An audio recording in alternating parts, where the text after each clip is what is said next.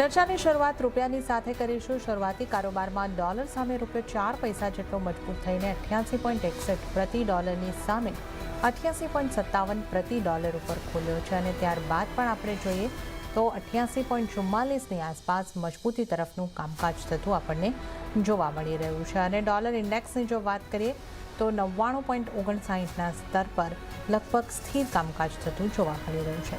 વધારે ચર્ચા કરીશું। ટ્રેડબુલ સિક્યોરિટીઝના ભાવિક પટેલ આપણી સાથે જોડાયા છે। ભાવિકજી, સ્વાગત છે આપનું CNBC બજાર પર। અને રૂપિયામાં ફરી આપણે એક મજબૂતી આવતી જોઈ રહ્યા છે। જે ડોલર ઇન્ડેક્સ છે એ લગભગ એક સ્થિર કામકાજ બતાવી રહ્યો છે $100ની નીચે। તો હવે તમે કરન્સીને કઈ રીતે જોઈ રહ્યા છો? કયા પરિબળોની ઇમ્પેક્ટ અહીંયા આગળ આવી શકે અને આગળ કારોબાર કઈ રીતનો લાગી રહ્યો છે? ગુડ મોર્નિંગ જાનાજી। આઈ થિંક અત્યારના જે થોડીક પોઝિટિવિટી વાત ચાલી રહી છે એ છે યુએસ અને ઇન્ડિયાના ટ્રેડ ડીલની। અને યુએસ તરફથી અને આપણા તરફથી પણ વાતચીત થઈ રહી છે કે મે બી ટ્રેડ ડીલ છે બહુ નજીક આવી રહી છે, જેના લીધે આપણે જોઈ રહ્યા છીએ કે રૂપિયો જે છે એ થોડોક મજબૂત થઈ રહ્યો છે। ઇનફેક્ટ આપણો રૂપિયો ઘણો જ અંડર પરફોર્મ કરી રહ્યો હતો, કારણ કે જ્યાં પહેલા ડોલર ઇન્ડેક્સમાં આપણે જોયું તો 98થી નીચે ગયું હતું ત્યારે રૂપિયો ઓલ ટાઈમ લોની આસપાસ હતો। હવે ફરીથી ડોલર ઇન્ડેક્સમાં જ્યારે થોડીક તેજી જોવા મળે ત્યારે રૂપિયામાં ઊંધી જોઈને રૂપિયામાં મજબૂતી જોવા મળે છે। તો મને લાગે છે કે આ ટ્રેડ ડીલના હિસાબથી છે આપણે અત્યારના થોડોક રૂપિયામાં મજબૂતી જોવા મળી રહ્યો છે। પ્લસ સેકન્ડ એ છે કે ઇક્વિટી માર્કેટમાં એફઆઈનું સેલિંગ છે એ પણ થોડુંક ઓછું થઈ રહ્યું છે, થોડું એ લોકો બાય પણ કરી રહ્યા છે, જેના લીધે પણ થોડુંક પ્રેશર જે છે રૂપિયાનું ઓછું થયું છે। ઓવરઓલ મને લાગે છે કે 88ની નીચે જાય એવું હાલ હમણાં દેખાઈ નથી રહ્યું। મે બી 88ને રીટેસ્ટ જરૂરથી કરી શકે છે, બટ 89ની ઉપર જવાના હજી પણ સંકેત છે, કારણ કે શોર્ટ ટર્મમાં ટ્રેડ ડીલ જો નહીં થાય ને હજી પણ એક્સટેન્ડ થશે તો રૂપિયો પાછો વીક થવા માંડશે। એટલે 1 થી 2 દિવસ કે એટલીસ્ટ આ વીકમાં લાગે છે કે ટ્રેડ ડીલના ન્યૂઝ માટે 88 સુધીનો આપણને લેવલ જોવા મળી શકે છે। પછી 88ની નીચે સસ્ટેન થાય છે કે નહીં એ જોવું જોઈએ, પણ હાલ અત્યારના શોર્ટ ટર્મમાં એક્સપેક્ટેડ છે કે રૂપિયો હજી પણ મજબૂત થઈ શકે છે અને 88નું લેવલ આવી શકે છે। ઓકે, તો રૂપિયામાં 88ના લેવલ રીટેસ્ટ થઈ શકે છે, જે આપણે જોઈ રહ્યા છે કે ટ્રેડ ડીલની સંભાવનાઓને પગલે આ મજબૂતી આપણને દેખાઈ રહી છે। હવે જો આપણે વાત સોનાની કરી લઈએ તો સોનામાં રેન્જ બાઉન્ડ કારોબાર રહ્યો અને જ્યાં કોમેક્સ ઉપર ભાવ $4070 ઉપર સ્થિર રહ્યા, તો સ્થાનિક બજારની જો આપણે વાત કરીએ, સ્થાનિક બજારમાં પણ આ લીલા નિશાનમાં સોનું આવતું દેખાયું। 1,23,314ની આસપાસના સ્તર પર અત્યારે આપણે કામકાજ જોઈ રહ્યા છે। એટલે અડધા ટકાની જે મજબૂતી છે આપણને કોમેક્સ ગોલ્ડ કે એમસીએક્સ ગોલ્ડમાં આવતી જોવા મળી છે। અહીંયા ડિસેમ્બરમાં વ્યાજદર કાપની સંભાવનાઓ ઓછી થતાં અને યુએસના મહત્વના આંકડા પહેલાં એક નફા વસૂલીનું દબાણ જોવા મળ્યું હતું અને ત્યાંથી આપણે જોઈએ કે એક રિકવરી સોનું બતાવી રહ્યું છે। ભાવિકજી, સોનાને તમે કઈ રીતે જોઈ રહ્યા છો? સોનામાં પણ એક ફરી પાછો આપણે જે રીતે જોયું કે એક ઘટાડો આવ્યો અને ફરી એક રિકવરી બતાવી રહ્યું છે, તો સોનું કયા ફેક્ટરને રિએક્ટ કરી રહ્યું છે અને સોનામાં હવે તમે કયા સ્તર જોઈ રહ્યા છો? આઈ થિંક કાલના સેશન લો પછી આપણે જોયું કે સોનામાં થોડીક સ્માર્ટ રિકવરી આવી છે, આજના દિવસમાં રિકવરી આવી છે, but market participants I think to clearly ઇવેન્ટની રાહ જોઈ રહ્યું છે। એક તો આજે 12:30 રાતના ફેડની મિનિટ્સ પબ્લિશ થવાની છે અને કાલે જે ડેટા આવવાના છે નોન ફાર્મ પેરોલના લાસ્ટ મંથના, કારણ કે ગવર્મેન્ટ શટડાઉન થયું હતું, આઈ થિંક એના ઉપરથી એક્સપેક્ટેશનને આગળ વ્યૂ થઈ શકે છે કે ડિસેમ્બરમાં રેટ કટ થશે કે નહીં। હાલ અત્યારના થોડુંક ડાયસી લાગી રહ્યું છે, કારણ કે ઘણા બધા ફેડ મેમ્બર્સ છે એ લોકો એવું કોટ કરી રહ્યા છે કે મે બી પોઝ લઈ શકે છે ફેડ। એટલે અત્યારના થોડુંક કશેક ને કશેક આપણે જોઈએ તો ક્વેશ્ચન્સ છે કે થઈ શકે છે કે નહીં રેટ કટને। એના લીધે આપણે જોયું હતું કે લાસ્ટ વીક સોનું ચાંદી બેઉમાં વીકનેસ જોવા મળી હતી, પણ હવે મને લાગી રહ્યું છે કે ડેટા જે છે મે બી હજી પણ વીક આવી શકે છે જોબ્સના, અને એના લીધે મે બી માર્કેટને એવું એન્ટિસિપેશન થઈ રહ્યું છે કે મે બી ડિસેમ્બરમાં એક રેટ કટ આવી શકે છે, એટલે જ ગોલ્ડ અને સિલ્વરમાં તેજી જોવા મળી છે। આજના દિવસમાં તેજી લાગી રહી છે, બટ ક્લિયર ટ્રેન્ડ આપણને કાલ પછી જ ખબર પડશે કે જ્યારે ફેડની મિનિટ્સ પબ્લિશ થશે અને જોબ્સના ડેટા આવશે। એટલે મારો વ્યૂ અત્યારના ઇન્ટ્રાડે પર્પઝ પર જ છે। આઈ થિંક પોઝિશનલી હમણાં થોડુંક વેઇટ કરવું જોઈએ, કારણ કે વોલેટિલિટી વધી શકે છે, પણ આજના દિવસમાં ડેફિનેટલી બાય ડિપ્સની સ્ટ્રેટેજી રાખવી જોઈએ। જ્યાં 1,22,500ની આસપાસ સોનું મિની છે, ગોલ્ડ મિની એ બાય કરી શકાય છે 1,24,000ના ટાર્ગેટથી, અને 1,22,000નો સ્ટોપ લોસ રાખી શકાય છે। ઓકે, તો ઇન્ટ્રાડે માટે ગોલ્ડ મિનીમાં બાય કરવાની સલાહ બની રહી છે. તો 1,22,500ની આસપાસથી તમે ગોલ્ડ મિનીને બાય કરો. 1,24,000 સુધીના ટાર્ગેટ બની શકે છે અને 1,22,000નો તમારે સ્ટોપ લોસ ધ્યાને રાખવાનો રહેશે. તો ગોલ્ડ મિનીમાં ઇન્ટ્રાડે માટે ખરીદી કરીને ચાલો.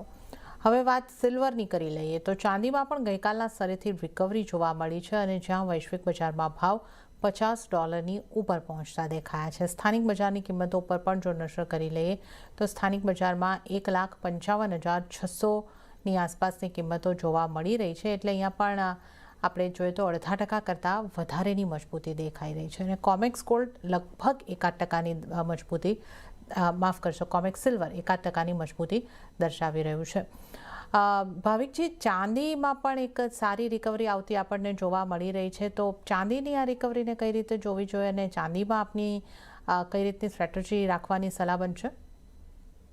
અગેન $51ની ઉપર કોમેક્સમાં ગયું છે, પોઝિટિવ છે, કારણ કે જ્યાં સુધી 50ની નીચે તો ત્યાં સુધી થોડુંક વીક લાગી રહ્યું હતું અને 48-50ની નીચે જાય તો આઈ થિંક 46-50 સુધીનું પણ લેવલ જોવા મળી રહ્યું હતું અને 46-50ની નીચે જ એક્સપેક્ટેડ હતો કે મેજર કરેક્શન આવશે, બટ 50ની ઉપર હવે સસ્ટેન થાય છે એટલે હવે નેક્સ્ટ એ લાગી રહ્યું છે કે 52 અને 53નું જે રેઝિસ્ટન્સ છે એ જોવા મળશે. અગેન માર્કેટમાં જેમ કીધું કે વેઇટ જ કરી રહ્યું છે બે ઇવેન્ટની અને એના પછી આપણને ક્લિયર ડિરેક્શન મળશે. પણ લાસ્ટ વીકના અને ગઈકાલના આપણે જે લોસ જોયા એના પછી લાગી રહ્યું છે કે માર્કેટને હમણાં શોર્ટ કરવાની ઈચ્છા નથી અને અહીંયાથી ટ્રેડર્સ જે છે થોડુંક શોર્ટ કવર કરી રહ્યા છે. નવી લોંગ પોઝિશન તો હજી વેઇટ કરશે જે લોકો, પણ આજના દિવસમાં જેમ મેં કીધું કે ગોલ્ડ અને સિલ્વર બેઉ સારા દેખાઈ રહ્યા છે. સિલ્વરની પણ પોઝિશનલી આપણી એક ડિરેક્શન છે એ કાલના ડેટા પછી જ ખબર પડશે, પણ આજના દિવસમાં શોર્ટ કરવાની રિકમેન્ડેશન નથી. આજના દિવસમાં અગેન સેલની રિકમેન્ડેશન છે. તો મિની કોન્ટ્રાક્ટ જે નવેમ્બર છે એ 1,57,000ની આસપાસ આવે છે તો બાય કરી શકાય છે 1,59,000ના ટાર્ગેટથી અને સ્ટોપ લોસ રાખી શકાય 1,56,000નો. ઓકે, તો સિલ્વર મિનીમાં પણ અહીંયા આગળથી તમે ખરીદી કરીને ચાલી શકો છો. તો અહીંયા આગળ જે સિલ્વરમાં 1,57,000ની આસપાસથી ખરીદી કરીને ચાલવાની સલાહ.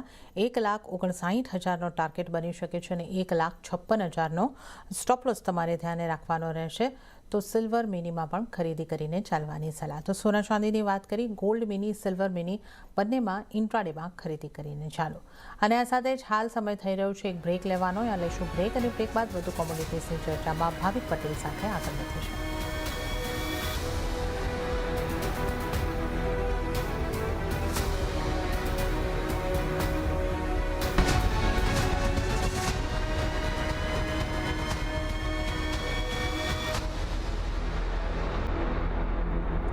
બ્રેક બાદ કોમોડિટી લાઈવમાં આપનું ફરી એક વખત સ્વાગત છે અને આજે કોમોડિટીઝ અંગે ચર્ચા કરવા આપણી સાથે ભાવિક પટેલ જોડાયેલા છે.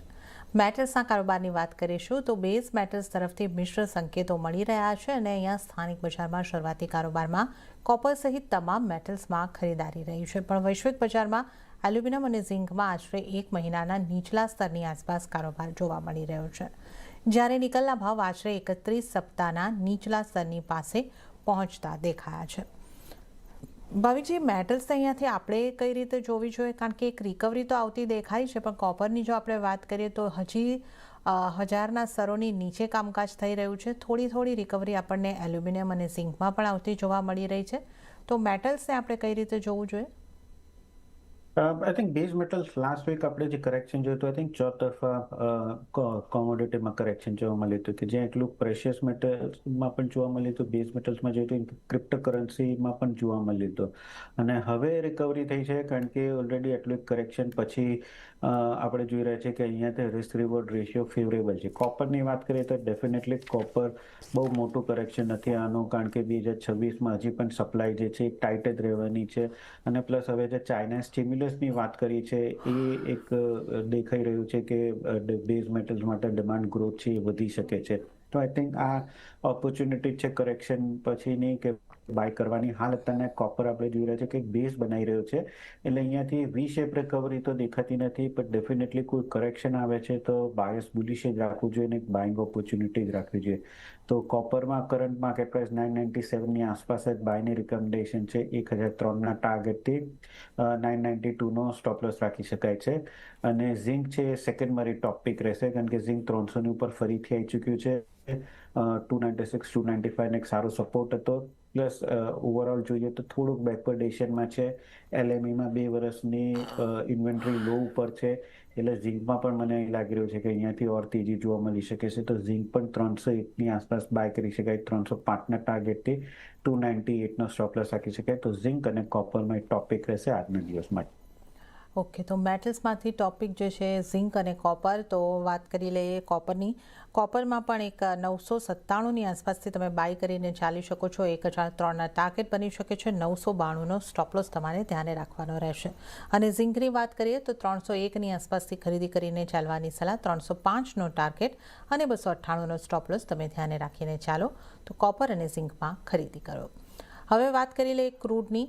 તો ગઈકાલની વેચવાલી બાદ નીચલા સ્તરેથી ક્રૂડની કિંમતોમાં પણ સુધારો આવતો દેખાયો, પણ વોલેટાઇલ કારોબાર આપણે અહીંયા આગળથી જોઈ રહ્યા છે ક્રૂડની અંદર. અને અત્યારે જો આપણે જોઈએ તો બ્રેન્ટના ભાવ જે છે $64ની આસપાસ અને લગભગ $5% ફરી એક ઘટાડો અહીંયા આગળથી નોંધાયો છે. અને નાઇમેક્સ ક્રૂડમાં પણ $60ની આસપાસનો કારોબાર, લાલ નિશાનમાં અહીંયા પણ કારોબાર. MCX ક્રૂડની વાત કરીએ તો ફ્લેટ કામકાજ 5361ના સ્તર આપણે જોઈ રહ્યા છે. તો એક તરફ રશિયાના પોર્ટ ઉપરથી ક્રૂડની સપ્લાય ફરી શરૂ થઈ છે અને બીજી તરફ યુએસમાં ઇન્વેન્ટરી 4.45 મિલિયન બેરલથી વધી છે, જેની અસર કિંમતો ઉપર દેખાઈ રહી છે.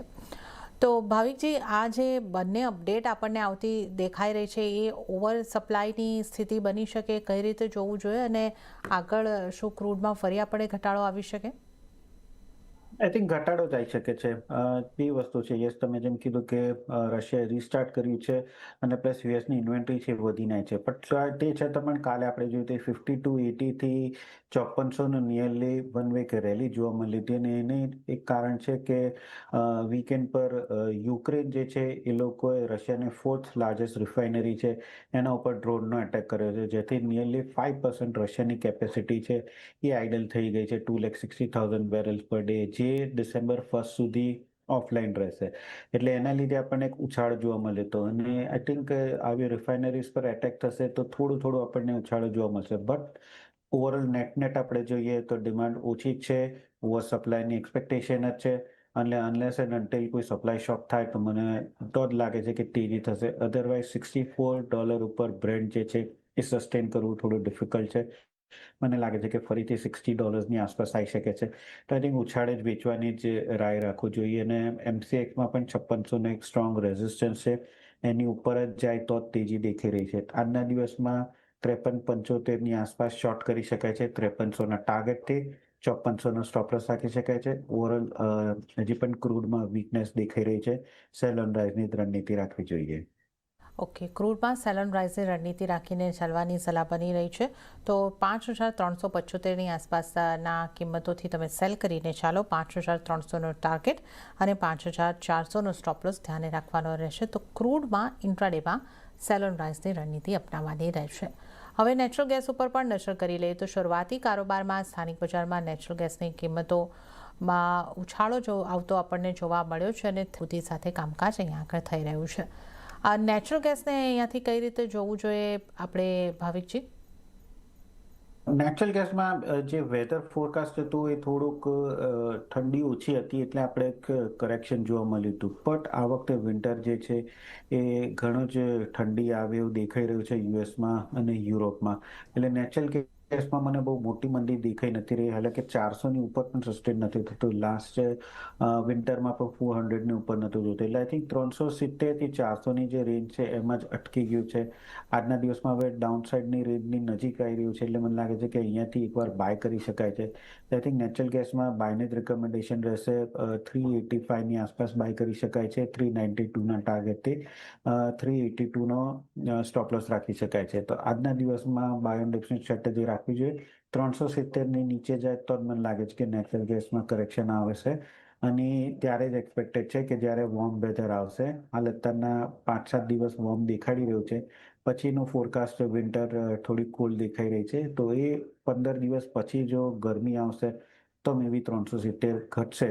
અધરવાઇઝ એક્સપેક્ટેડ છે કે આ ફરીથી 400 સુધી આવી શકે છે.